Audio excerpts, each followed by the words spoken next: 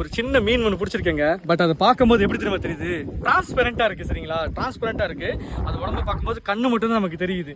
ஆனால் அது பார்க்கல டிஃப்ரெண்டா இருக்கு. நம்ம கையில் பிடிக்க வருமா என்னன்னு தெரியல. ஜஸ்ட் போயிட்டு இருக்கும்போது பிடிச்சிட்டேன் அதை. இப்போ நான் அதை காட்டுவேன் பாருங்க. நீங்களே இங்கே வருங்க, ஃபுல் அண்ட் ஃபுல் டிரான்ஸ்பரண்டா இருக்கு. தெரியுதா?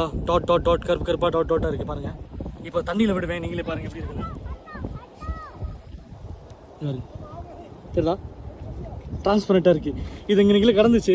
அது ஏற்கனவே மயங்கி தான் இருந்துச்சு. நாங்கள் தான் கொண்டுட்டோம் அப்படின்னு மட்டும் நினைக்காதீங்க. பட் தண்ணியில் அது மிதந்து இருக்கனால ஒரு சைட் பை சைடாக அந்த காற்றுக்கு பரண்டுக்கிட்டே இருந்துச்சு. ஏன்னா தண்ணி இறங்கிருச்சு. இதனால் ரிட்டர்ன் போக முடியல. சின்ன சின்ன குட்டையில் மாட்டிகிட்டு இருக்கனால அதனால அப்படி பரண்டிட்டு இருந்துச்சு.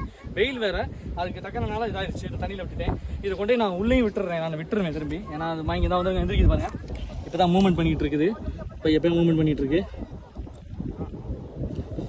மூவ்மெண்ட் பண்ணிச்சா இதை கொண்டே நான் உள்ளே விட்டுறேன். உயிரை காப்பாற்றிடுறேன் எப்பயாச்சும். பட் கிளாஸ் மாதிரியே இருக்குங்க பார்க்கல. No video taking. நான் கொண்டு விட்டுறேன்.